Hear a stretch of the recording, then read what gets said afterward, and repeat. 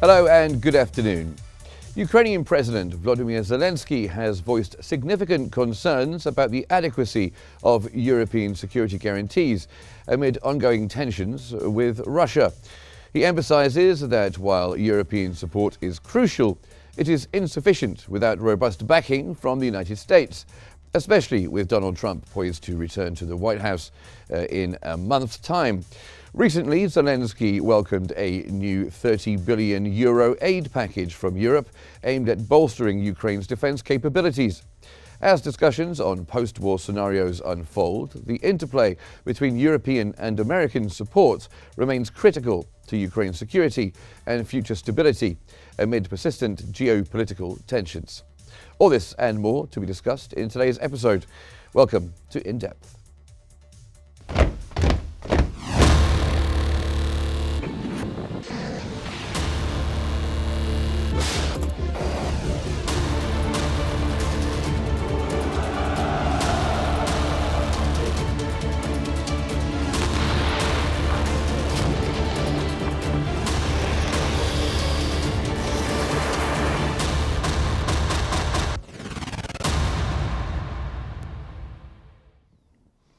Now, according to The Guardian, Ukraine faces a critical juncture in its conflict with Russia, with victory only achievable through strong Western military commitments and long-term reconstruction efforts. The Guardian stated that if Russia wins, Ukraine will be demoralized, divided and destabilized, while Europe will face escalating hybrid warfare and election interference from Russia. The wider global order will shift, with China and North Korea emboldened and nuclear proliferation becoming a significant risk, as countries like Ukraine may seek nuclear weapons to defend themselves. The West's reluctance to act decisively now risks a far greater global crisis in the future, emphasizing the urgency of supporting Ukraine and deterring Russia.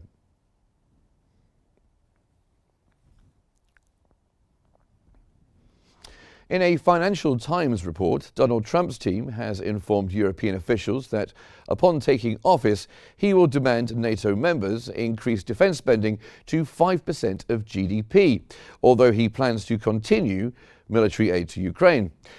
The FT reported that Trump had previously proposed cutting off aid and forcing immediate peace talks, which alarmed European capitals. Now he is pushing for NATO to exceed the current 2% defense spending target, with a potential compromise at 3 to 3.5%. While European leaders are concerned about the fiscal challenges, they are preparing for Trump's return by discussing adjustments to defense policies. Ukrainian President Zelensky has warned that European commitments alone will not suffice without US backing for Ukraine's defense and security.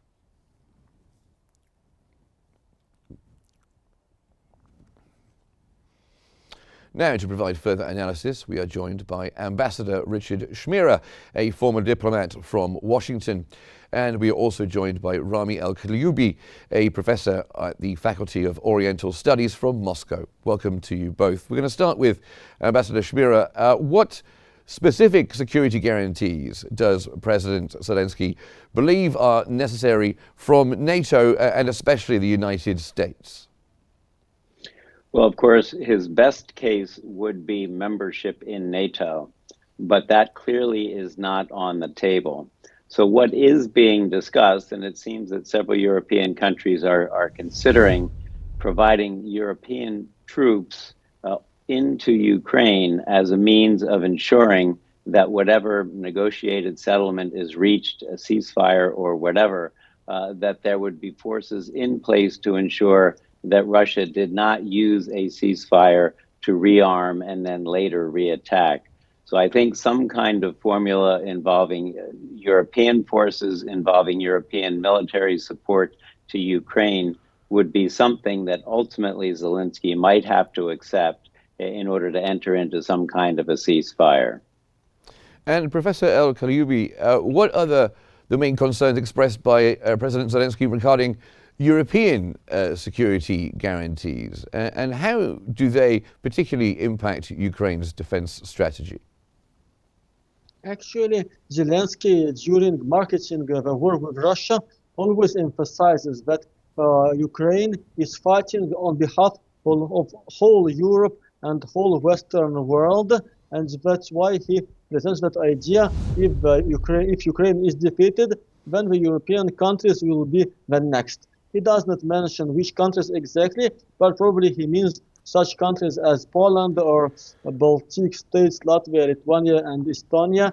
And these countries are traditionally known as being non-friendly towards Russia because there is a lot of problems since the Soviet era. So now these countries are afraid that someday Russia will interfere militarily. So this is the card that Zelensky tries to play in his relations with the West to convince Western leaders to provide more help and support to fight against Russia.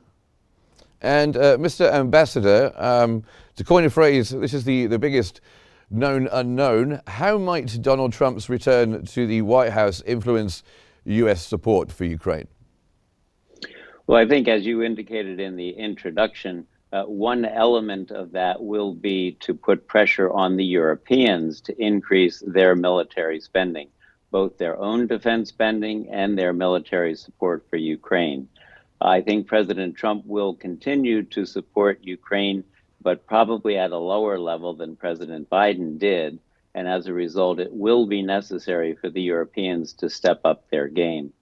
But I think in response to your previous question, I would say one of the elements at play is defending the principle that countries should not invade their neighbors and take land by force. I think we and the Europeans agree that that's an important principle at play in Ukraine. And just staying with you, Mr. Ambassador, for a moment, how frightened or concerned do you think European leaders are about a Trump presidency? I think they understand that things will be different, but I think they also understand that the United States will continue to stand with Europe. Yes, there will be additional pressure on European leaders to do more in the defense arena, but at the same time, I think that will bring us into more of a balance, and I think ultimately the Europeans will be more confident by having their greater security ability on their own.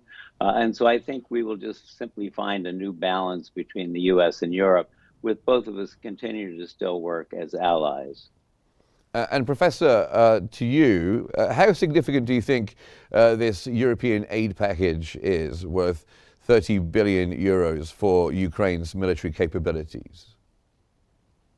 Well, this aid, as long as American aid, they helped Ukraine to resist against Russia, but at the same time, this aid is not sufficient to for Ukraine to defeat Russia. And there is an impression that the West provides Ukraine with such quantity of weapons that helps Kiev to continue war and guarantees that Ukraine is not defeated. But there is an impression that the West also tries to guarantee that Russia is not defeated, probably being fear of Russia's nuclear weapons as a last choice. The Western strategy is to make Russia weak by exhausting it through fighting and economic sanctions. So now Russia is waiting for Trump inauguration. At the beginning, Russia was quite optimistic because Trump, as a businessman, more than a politician, would end the war. But on the other side, now there is an impression that Trump started to change his words and that he is planning to continue aid for Ukraine. So, and there is a question in Russia whether Trump will be able to defeat American deep state, which is quite unfriendly towards Russia.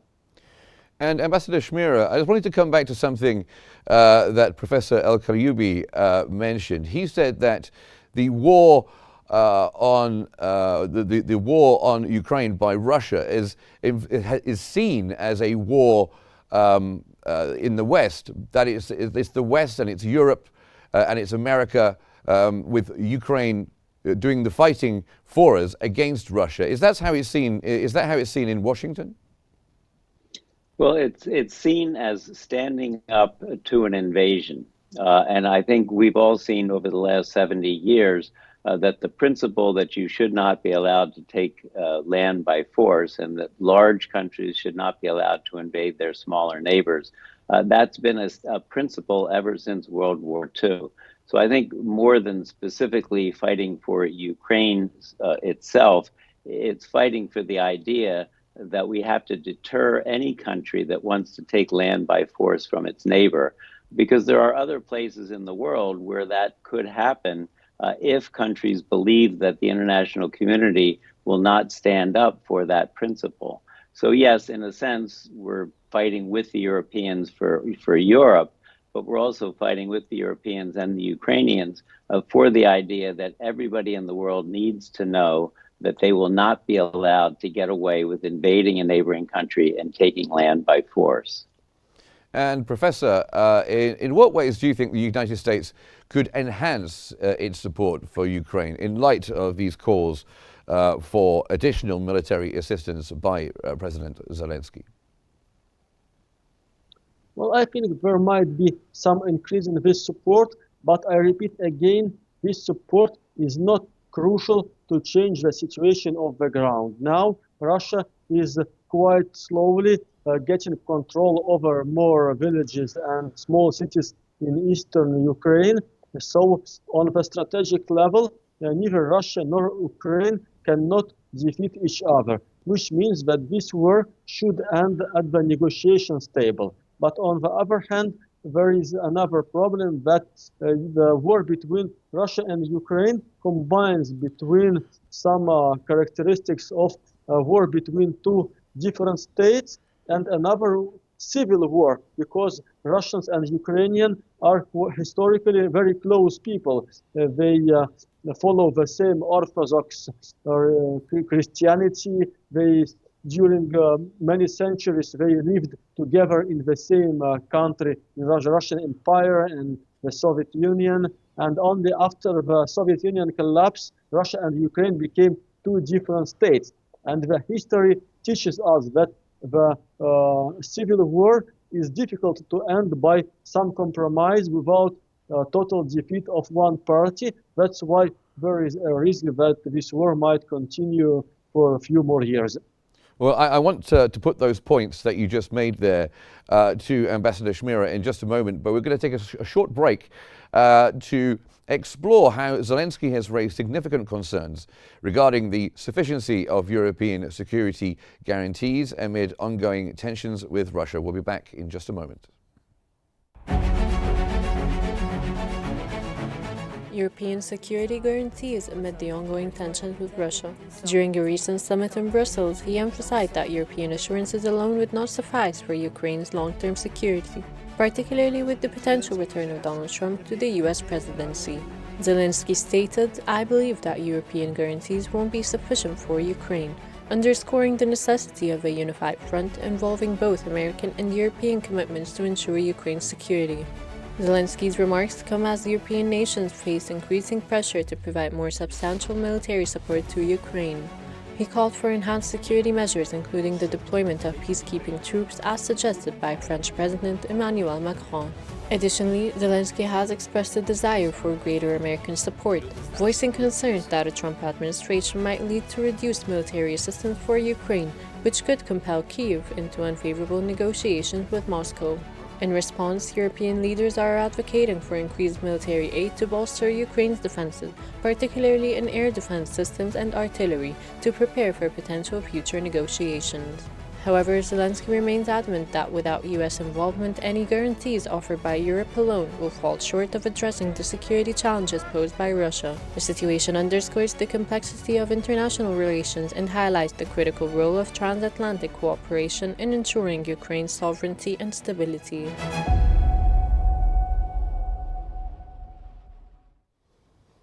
Some background there, and let me bring my guest back, Professor El-Kayoubi, joining us from Moscow, and also Ambassador Chmyra as well, joining us. We'll come to you, Ambassador. Those points that the professor was making there, that it won't make any difference, the extra aid, Russia is making gains, but what he says there was that no one is going to win this war.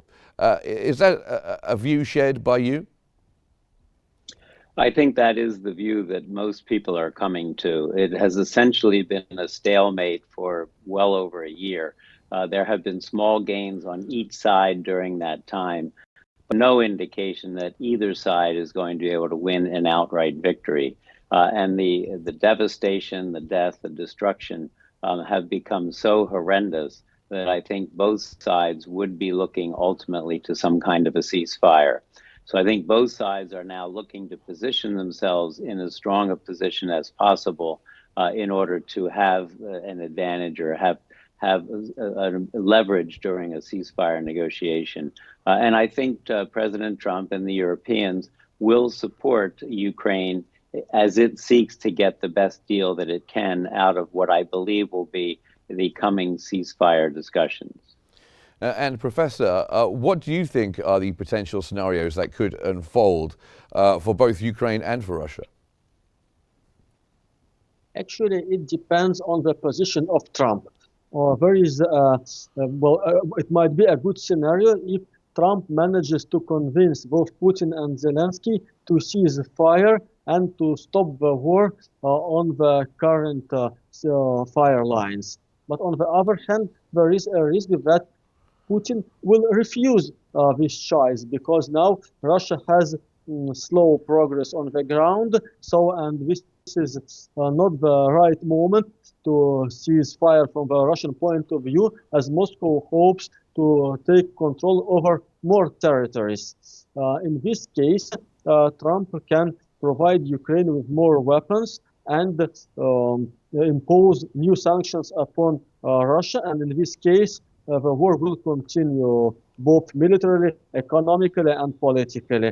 There is also a risk that Trump might get an agreement with Putin, but no agreement with Zelensky, because in case if Zelensky accepts the ceasefire, now Ukraine lost many territories and thousands and dozens of thousands of soldiers. And now in case if the war stops, Zelensky will have to run elections, and there is no guarantee that he will win. And most probably he will not win, and this will be the end of his political career. So in this case, the war also will continue, but with less American support to Ukraine.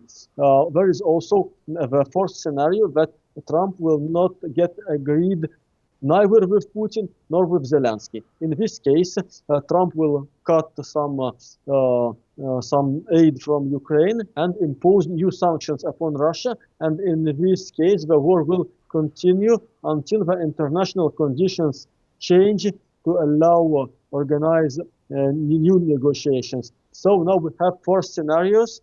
Three of them imply continuation of war, and there is only one optimistic scenario if Trump manages to reach an agreement with both Kremlin and Kiev.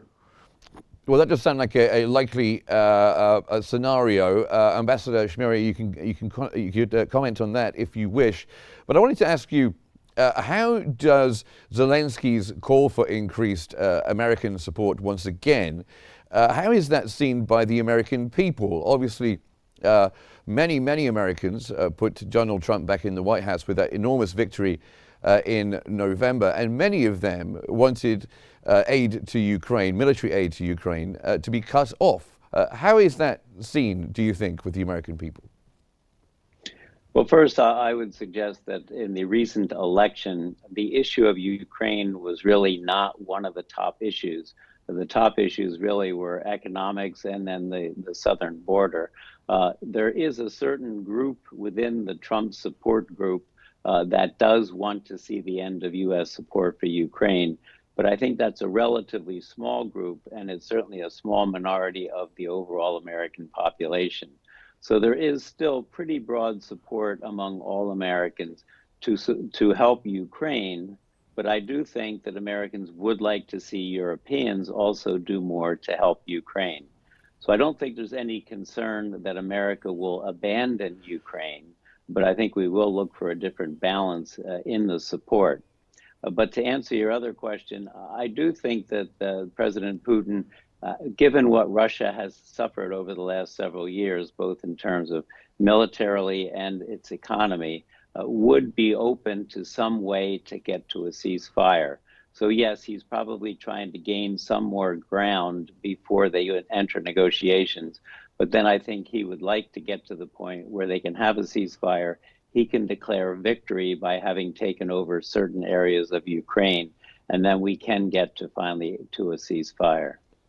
And Professor El-Kayoubi, what do you think the implications of a divided American public regarding support for Ukraine could be? I mean, I'll take the ambassador's point that it's a small group of people who are pushing for less aid to Ukraine, but there are divided opinions. What do you make of that? I think that there is a large group of Americans who are against this war, who are against of continuation of support for Ukraine.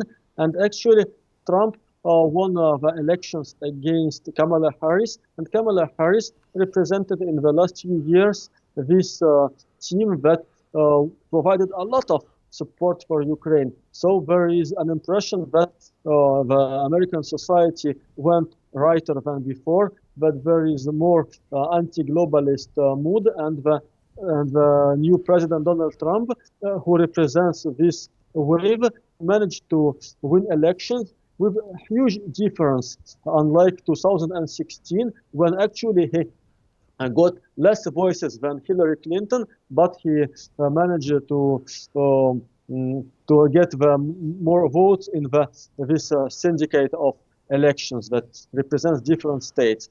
So I think we don't have exact figures, but I think there is a lot of people in the United States and especially in Europe who would like their countries to concentrate on their own issues rather than supporting some other country in its war with another. And Mr. Ambassador, in the short term, what potential scenarios do you foresee on the ground in this war? Well, I do think that we're going to see both sides try to capture as much land as they can in the lead up to what I think both sides believe will be ceasefire discussions. So hopefully those discussions or an effort to get to those discussions will succeed in the coming months, and we can finally have the war end. So I think we will see small gains on each side in those coming months. And then ultimately, I think under pressure from all sides, both Russia and Ukraine will enter into some kind of a ceasefire negotiation. Well, gentlemen, thank you very much, both of you, for joining me here on the program. That was Ambassador Richard Schmierer, a former diplomat, and Rami El-Kayoubi, a professor at the Faculty of Oriental Studies. Thank you very much, both of you, for joining me. And that brings us to the end of today's episode of In Depth. Thanks for watching, and stay tuned for more news here on Q News.